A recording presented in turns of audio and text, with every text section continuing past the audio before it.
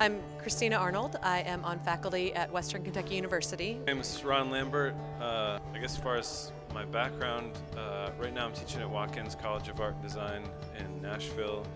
The piece you see behind me is called Recycle, and it's about the cycles.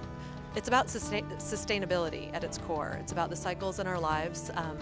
It's about wishes and dreams, and there's wishes in bottles, there's memories, there's of course the water cycle of the rain and the rivers, and it's also about the life cycle. I've been thinking a lot about babies, there's 4 generations of my family still living, and how the older you get and the younger you are, sometimes the ends curve around and meet.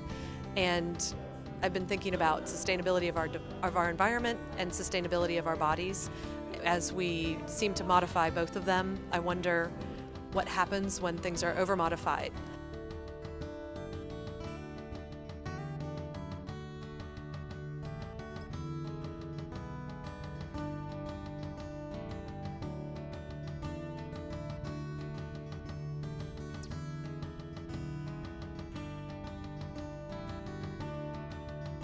I did this piece called Old Mountains, New Mountains, East, West, and the piece over there is called Chatterbox, and then there's 2 pieces over there on the other side of the room, and most of these things I guess are sort of about the combination of like possible decay and these progressive things that we do, like covering up wallpaper and over other wallpaper, and then the signs of when they become obvious in this sort of poetic moment of that kind of history when it reveals itself.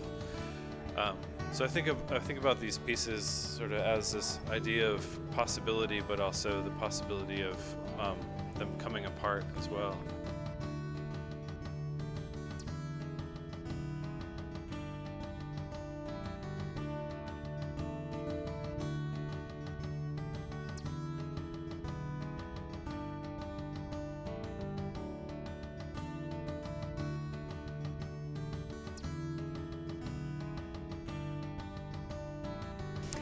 If you look over on the wall here, the one you can't see, but I'm sure you can see on the website, that piece is called Baker's Dozen, and that's more about the body as site as opposed to the environment as site.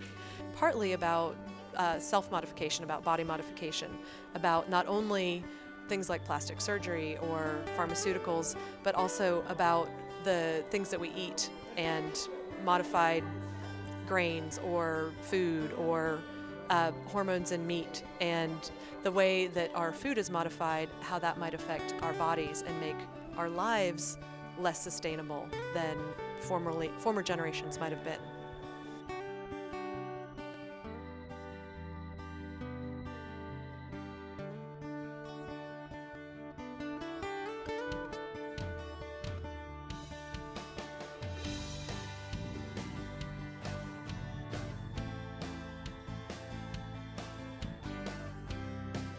Well, I hope that people can get an idea of like sort of how to look at their environment in a different way and kind of open them up to different possibilities of the things that are around them. I mean, I think that's the one thing that I learned from looking at art and going and learning about art, is that like all these experiences that we have can lead to new ways of thinking about our own environment and what we can do with that once we see those anomalies.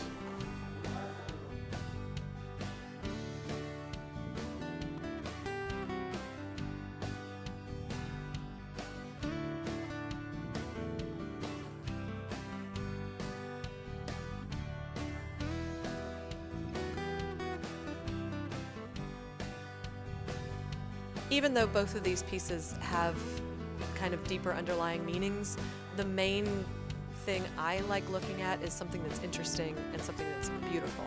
And I think that even though some of the meanings might be darker or might be cautionary, that in the end, it's still something that I like looking at, it's something I like making, and it's fun. And earlier tonight there were a lot of little kids running around and kind of dancing through the flowers and the rivers, and I think that's the most important thing, is to remember that it's still fun and it's still beautiful and it's fun to look at.